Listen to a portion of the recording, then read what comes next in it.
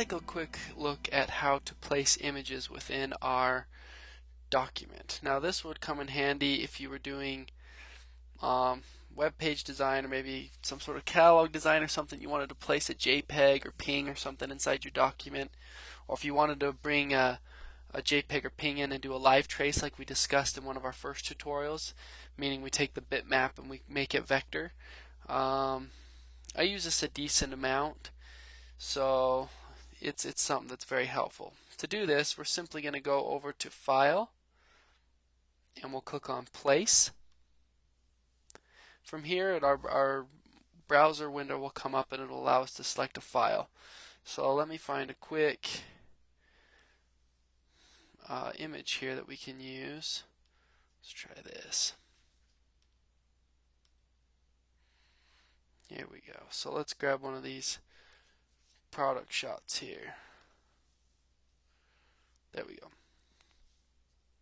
So it's going to go ahead and it's going to place this image, and it's pretty dang big. So I'm going to go ahead and shrink this down so it's within our viewing window here. Let's shrink it down even more.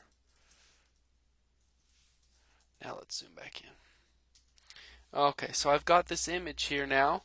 I'm able to move it around. Now right now it's directly linked to the file and its location. So if I were to make edits to this image, like in Photoshop for example, it would also change within this document. I don't do an awful lot of this because that requires you to make sure you're never moving your files around, because if Illustrator can't find the file, then it's going to pull an error on you.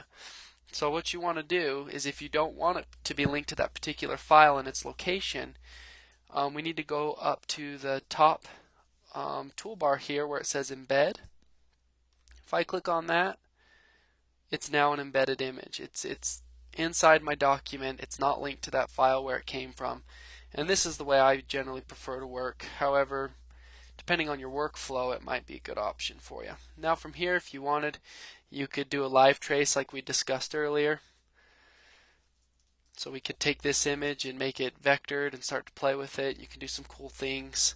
This is how that first image that I did on the very first introduction tutorial, when I brought a picture of myself in and I vectorized it, that was done through a live trace and the file place tool that we're showing here. So as it does the trace, it's a pretty big image, so it's taken a second to do it. So there we go. It's kind of created a cool vector, kind of grungy urban look. It's kind of fun that way. And also, like we discussed, you can change some of the presets here. Now that you have the image in here, you can start to make it look more like a picture, or you can keep it in kind of this black and white mode. So that's how you can place images and other files inside your document. Remember to embed them if you want, or if your workflow allows, you can keep them linked to the previous file.